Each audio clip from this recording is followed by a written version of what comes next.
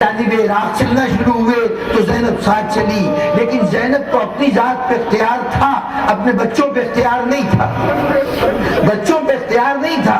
اب شریعت کا تقاضا ہے کہ بچوں پہ اختیار نہیں ہے، لیکن دوسری طرف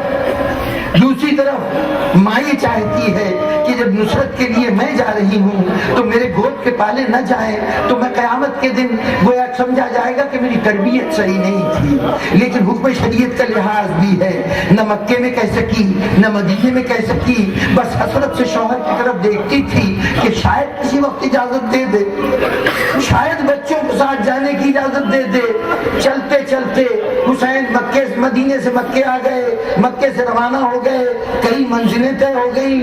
جب مدینے کے قریب سے ہی قافلہ گزرنے لگا، جغرافیے میں دیکھیے گا، نقشوں میں دیکھیے گا، صورتحال یہ کہ مکے سے اگر کوئی عراق جانا چاہے تو مدینہ راستے میں آتا ہے، لیکن چونکہ مدینے کے اندر تو یہ صورتحال ہے، کاش مجھ سے دنیا اس جگہ سے مجھے دور نہ کرتی، کاش مجھے نانا کی قبر سے جدا نہ کیا جاتا۔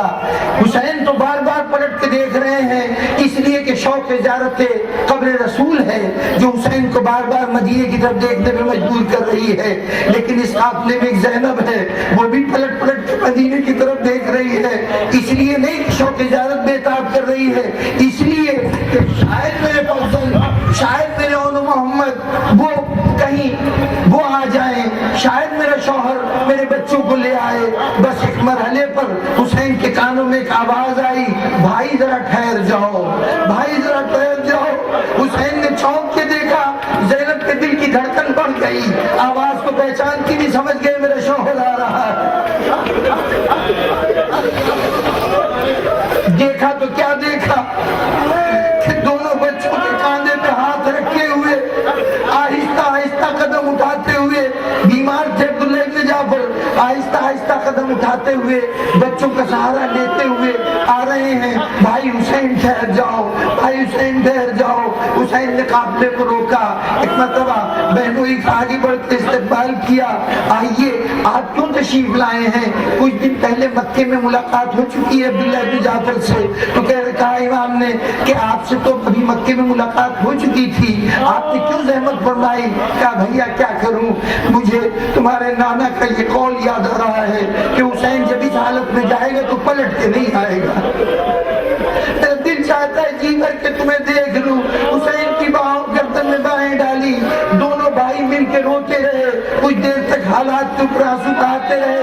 اس کے بعد عبداللہ ابن جعفر نے کہا بھائی حسین اجازت ہو تو میں ایک مرتبہ زینب سے کلام کر لوں، اجازت ہو تو زینب سے گفتگو کر لوں۔ حسین نے کہا آپ شوہر ہیں، شریعت نے آپ کو حق دیا ہے، جائیے جا کے بات کیجئے، جو کچھ بھی کہنا ہے کہیے۔ جائے عبداللہ آئے، اب عبداللہ آئے، زینب اونٹ پہ سوار ہے، عبداللہ آئے، آ کے زینب کے اونٹ کے پیٹ کے ساتھ اپنے سر کو لگایا اور بے ساختہ رونے لگے۔ اب زینب کا دل دھڑک رہا ہے، دل دھڑک رہا ہے، کہیں شوہر یہ نہ کہہ دے کہ زینب گھر واپس چلو،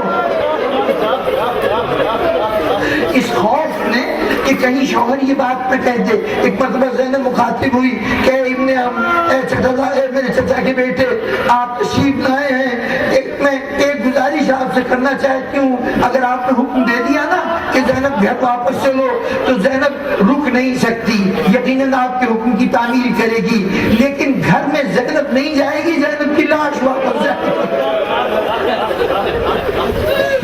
نہیں زینب تمہیں لینے نہیں آیا، تمہیں واپس لینے نہیں آیا، مجھے تو افسوس ہے کہ تم تو جا رہی ہو حسین کے ساتھ، اور اس مشکل میں میں حسین کا مددگار نہیں ہو سکتا، میں حسین کے ساتھ نہیں جا سکتا، حالات مجھے اجازت نہیں دے رہے، جسمانی کیفیت اجازت نہیں دے رہی، لیکن زینب میں کسی اور غرض سے آیا ہوں، میں یہ سوچ رہا ہوں کہ حسین جا رہا ہے، راستے میں دشمنوں کے علاقے ہیں، کسی جگہ کوئی مشکل آ سکتی ہے، کوئی مصیبت آ سکتی ہے، زینب تمہارے پاس اپنے بھائی کی حفاظت کا کوئی سامان ہے؟ کوئی مصیبت آئی تو کیا کرو گی؟ ایک ایک مرتبہ زینب چونکی کہ ہاں یہ بات تو بڑی عجیب ہے کہ میں جو ساتھ جا رہی ہوں تو میں اپنے بھائی کی کیسے مدد کروں گی، کسی مشکل میں کیسے کام آؤں گی۔ ابھی زینب سوچ رہی تھی، عبداللہ نے کہا کہ زینب پریشان نہ ہو، تمہارے نانا کا ایک فرمان ہے کہ جب کوئی مشکل آئے نا، کوئی مصیبت آئے تو اپنی کسی عزیز چیز کو رائے خدا میں صدقہ دے دینا، صدقہ دے دینا۔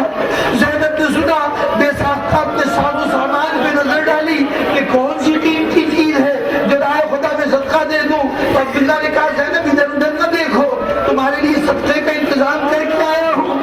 یہ کہہ کے ایک بیٹے کا ہاتھ پکڑا، اسے اپنی طرف سے اسے صدقہ کر دینا، دوسرے کا ہاتھ پکڑا، اسے میری طرف سے قربان کر دینا۔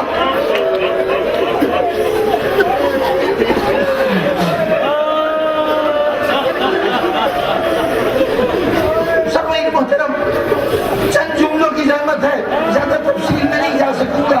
اب جو زینب لے کے چلی نا انہوں محمد کو، بڑی خوش ہو گئی زینب۔ یہ تو زینب کی آرزو تھی کہ کاش میرے لال بھی اس حق کے راستے کی قربانی کا وسیلہ بن سکے۔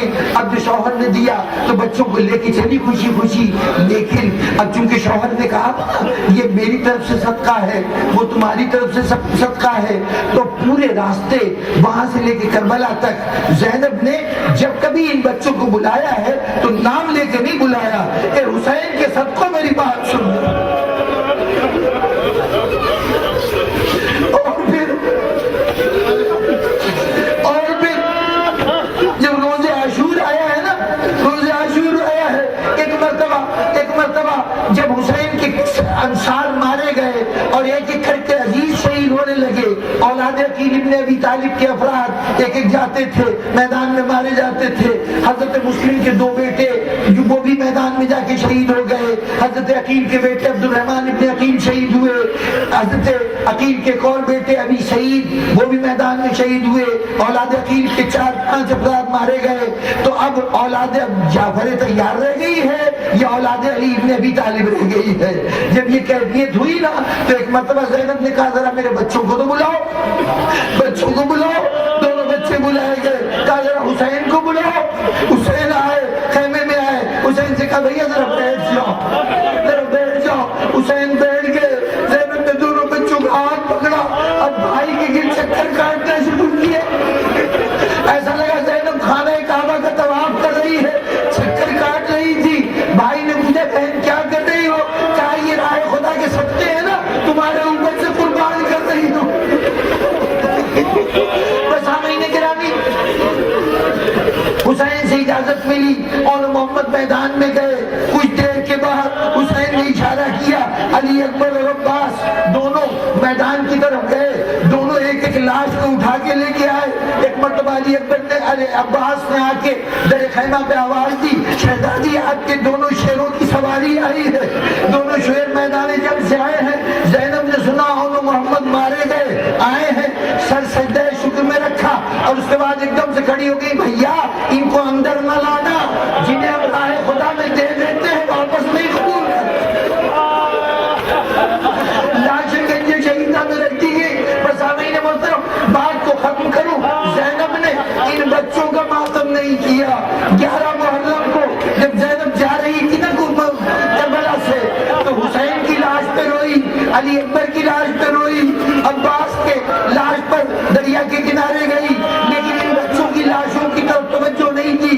کسی نے کہا تھا کہ کیا ان بچوں کی ماں موجود نہیں ہے، کیا ان کا کوئی وارث نہیں ہے؟ تو زینب نے کہا تھا کہ لاوارث نہ کہو، لیکن بتاؤ زینب کس کو روئے، کس کو روئے؟ زینب بچوں کی لاش کو چھوڑ کے چلی گئی۔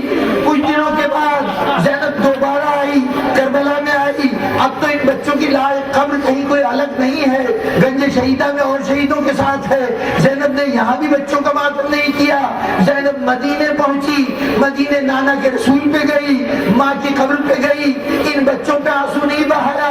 لیکن جب کربلا کا سارا معرکہ ختم ہو گیا، زینب گھر میں گئی، زینب اپنے گھر میں گئی۔ تب تصور کیجئے کہ اب تک تو فرض یہ کہہ رہا تھا کہ بچوں کی طرف توجہ نہ دو، فرض کہہ رہا تھا کہ بچوں کی طرف توجہ نہ دو، لیکن اب جو گھر پہنچی نا تو ممتا بیدار ہوئی۔ اب ممتا کا تقاضا ہوا تو کیا کیفیت ہے کہ گھر میں